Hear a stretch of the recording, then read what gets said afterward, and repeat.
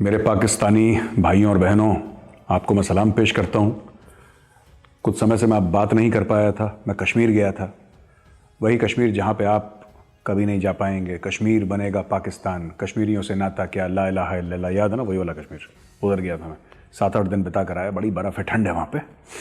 बहरहाल देखिए, चेहरा भी बिल्कुल जला हुआ है, सनबर्न कहते हैं इसको। 2-3 बातें थी पाकिस्तान के बारे में जो आपके साथ मैं डिस्कस करना चाह रहा था। पहले तो कोरोना वैक्सीन, तो इंडिया में तो इसका रोल आउट शुरू हो गया, मैन्युफैक्चरिंग पहले शुरू हो गई थी। वैक्सीनेशन लग रहे हैं, रोज़ लोगों की कतारें बढ़ रही हैं, वैक्सीनेशन हो रहा है लोगों का। इसके अलावा कई ऐसे भी मुल्क हैं जैसे कि मालदीव्स है, श्रीलंका है, नेपाल है, भूटान है, और जो दीगर मुल्क हैं हमारे आसपास वाले जो हमारे हमसाए हैं, उनको तो हमने इमदाद के तौर पे दे दिया है। इसके अलावा ब्राज़ील को, सऊदी अरब को और कंट्रीज़ को, जो मुल्क हैं, उनको हम बेच रहे हैं। तो मालदीव, सऊदी अरेबिया दोनों आपके बिरादर इस्लामी मुल्क हैं, तो यहाँ पे जो काफिर हैं वो मोमिन की जान बचा रहे हैं। तो आपको पता होना चाहिए। पाकिस्तान में तो खतरा भी नहीं है इसका, वैक्सीन का। और आप लोगों ने वैसे भी अभी वहाँ पे बड़ी मौलाना हजरात जो हैं वो आपस में बहस कर रहे हैं कि ये हराम है कि हलाल है। और जो इस्लाम का गढ़ है सऊदी अरेबिया, उसने बोल दिया साहब हलाल और हराम हर चीज़ में नहीं डालिए इसको, ये कीड़े हर जगह नहीं डालने चाहिए। साफ सीधी बात है, अगर हमारे लोगों के लिए ठीक है तो हमारे लिए ठीक है। इंडिया बेच रहा है वैक्सीन। इमरान खान ने तो मना कर दिया आपको।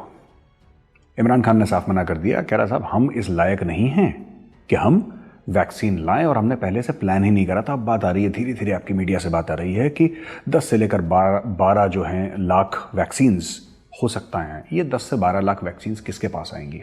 आपकी फ़ौज के पास जाएंगी, जो वडेरे हैं, ज़मींदार हैं, उनके पास जाएंगी, जो आपके बड़े बड़े बिजनेस ब्यूरोक्रेट्स हैं उनके बच्चों के पास जाएंगी। जो आम पाकिस्तानी है वो तो गया, वो पहले भी गया था। कभी चीनी का बहरान, कभी घी का बहरान, कभी गोश्त का, कभी दूध का, कभी गंदम का, लेकिन अब कोरोना से भी गया वो। तो ये गिफ्ट है इमरान खान की आपके लिए। जहां तक कोरोना की वैक्सीन है, इसको डिप्लोमेसी भी कहते हैं। इंडिया डिप्लोमेसी कर रहा है और इसमें चाइना हार गया, क्योंकि दुनिया को पता है कि भाई ये वायरस निकला तो था वुहान से। तो दर्द दिया चाइना ने और दवा दी हिंदुस्तान ने, ये बात जरूर ध्यान रखिएगा। और हर समय जुल्म करने से जो मरहम लगाता है वो हर समय बड़ा रहता है।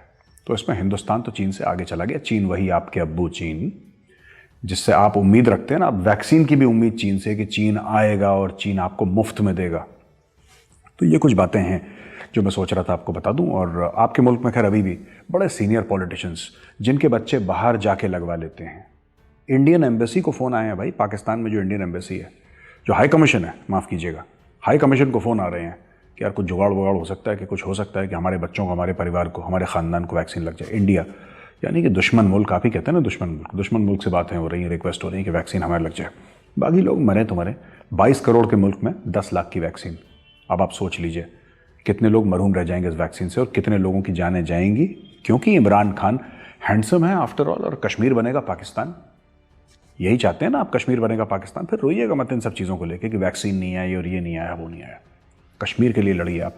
हमारे भी मफाद में यही है कि पाकिस्तानी जितने भी हैं, नस्ल दर नस्ल सिर्फ और सिर्फ एक काम करें कि कश्मीर बनेगा पाकिस्तान का नारा बुलंद करते रहें।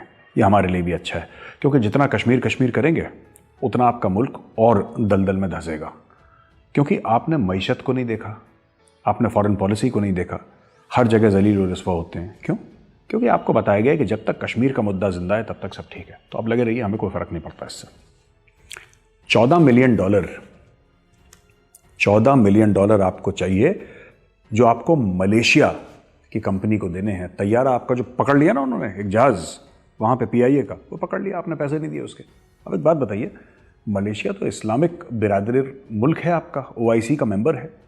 वही मलेशिया जिसके साथ मिलकर आप एक टीवी चैनल खोलना चाह रहे थे, इस्लामिक टीवी चैनल जो इस्लामोफोबिया से लड़ता, वही मलेशिया जिसके साथ आप एक ब्लॉक बनाना चाह रहे थे जो कि कश्मीर की बात बुलंद करता, वही मलेशिया जिसके साथ आप रेलवे लाइन खोलना चाह रहे थे और कह रहे थे कि इंडिया क्यों नहीं ज्वाइन कर रहा। क्या हुआ?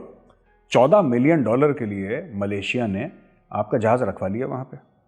अब क्या हुआ कि ये जो पैसेंजर थे, इसके 100 से ऊपर पैसेंजर थे पाकिस्तानी, उनको ठंडे फर्श पे मलेशिया के एयरपोर्ट पे सुलाया गया। ठंडे फर्श। अब कौन मोमिन दूसरे मोमिन के साथ ऐसा करता है, बताइए? कुरान शरीफ में ऐसा तो नहीं लिखा। बोला कि साहब आपको मोमिन का साथ देना है, हर सुख दुख में। तो ये तो मलेशिया का किरदार है ना। अगर आप तुर्की को देखें तो आपको उसने दिखाई अर्तुगरुल गाजी, आप लोग खुश हो गए कि यही इस्लामिक हिस्ट्री है, और वहाँ पे जाके उसने अपना एम्बेसडर भेज दिया इजराइल को। सो सब आपकी जेब काटते हैं, आपकी जेब में है नहीं कुछ वैसे, लेकिन फिर भी सब आपको बेवकूफ़ बनाते हैं। अब वापस ज़रा तैयारी के मामले में आते हैं। तो यहाँ पे 2-3 दिन वो बेचारे पाकिस्तानी पैसेंजर्स जो थे वो फर्श पे सो रहे थे, कोई पूछने वाला नहीं, ना खाने की सुध-बुध, ना कहीं सोने की, ना आराम की। उसमें बुजुर्ग भी थे, बच्चे भी थे। और एक बार भी जो आपका एम्बेसी है कोलालमपुर में, एक बार नहीं गया पूछने कि तुम जिंदा हो कि मर गए। कहते हैं ना रियासत माँ होती है, एक ऐसी माँ है भाई, ये सौतेली माँ है, ये असली वाली माँ नहीं है, ये सौतेली माँ है। जो पाकिस्तानी रियासत है वो सौतेली माँ है, और सौतेली माँ जैसा ही बर्ताव करती है। तो कोई पूछने नहीं गया वहाँ पे। अब आपको पैसे देने पड़ेंगे तब जाकर तैयारा छूटेगा। फिर कॉन्स्पिरेसी थ्योरीज के यहूदियों ने कुछ कह दिया होगा, ये हिंदुओं ने कुछ कर दिया होगा, इंडियन कंपनी है, इसकी कंपनी। भाई तुम पैसा नहीं दोगे तो जो मुसलमान होगा वो भी रखवा लेगा तुम्हारा जहाज। तो कॉन्स्पिरेसी थ्योरीज करते रहो, किसी को कोई फर्क नहीं पड़ता। अच्छा, 29 मिलियन तो ब्रॉडशीट को देने हैं, इसमें मुशर्रफ भी शामिल है, पीठ पीछे से किसका पैसा कहां है वो बाद में आएंगे, हम डिटेल में आपको समझाएंगे। ब्रॉडशीट की कहानी है। ये कैसा मुल्क है, एटमी सुपर पावर, हमारे पास पाव आधे किलो, 1-1 किलो के बम हैं। शेख रशीद कहता था ना इतने बम हैं। आप लोग के पास $14 मिलियन नहीं अपना तैयारा छुड़वाने के लिए या ब्रॉडशीट को पैसे देने के लिए। वो कुड़की की नहज पे आके खड़ा हो गया ब्रॉडशीट। खैर उस पर बाद में बात करेंगे, पर सबसे पहले $6 बिलियन, $6 अरब जो आपको रेकोडेक को देने, जरा उसका भी जुगाड़ कर लीजिए। अब चीनी तो आपको पैसा देंगे नहीं, और अगर चीनी आपको पैसा देते हैं तो नली, पुट, गुर्दा, कलेजी, मगज सब गिरवी रखवा लेंगे चीनी, है ना। बहुत शौक है ना गोश्त खाने का, चीनियों को भी बहुत शौक है। शाइलॉक के बारे में कहा गया है, शेक्सपियर का शाइलॉक जब पढ़िएगा, शाइलॉक का क्या किरदार था, वही चीनी है और वही कर रहे हैं आपके साथ। एक दुनिया की नई ईस्ट इंडिया कंपनी बन गई है चाइना, और आप फंस गए हैं उसके चुंगल।